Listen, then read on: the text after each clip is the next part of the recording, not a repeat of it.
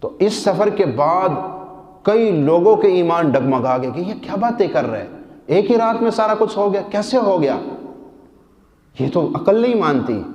تو اللہ نے اس سورت کی شروع میں لفظ سبحان لا کر سارے اعتراض کو دور کر دیا، سارے اعتراض کو کیا کر دیا؟ دور کر دیا۔ سبحان، وہ پاک ہے۔ کیسے؟ کیوں سے وہ کیا ہے؟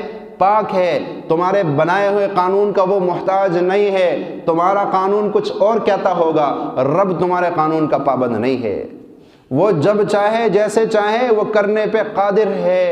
ان اللہ علی کل شیء قدیر، وہ ہر چیز پہ قادر ہے، وہ چاہے ایک لمحے میں ساتوں آسمانوں کے سفر طے کروا دے، وہ وقت کا پابند نہیں ہے۔ سبحان الذی، سبحان الذی، پاک ہے وہ ذات، اسریٰ بعبدہ لیلا من المسجد الحرام الی المسجد الاقصی۔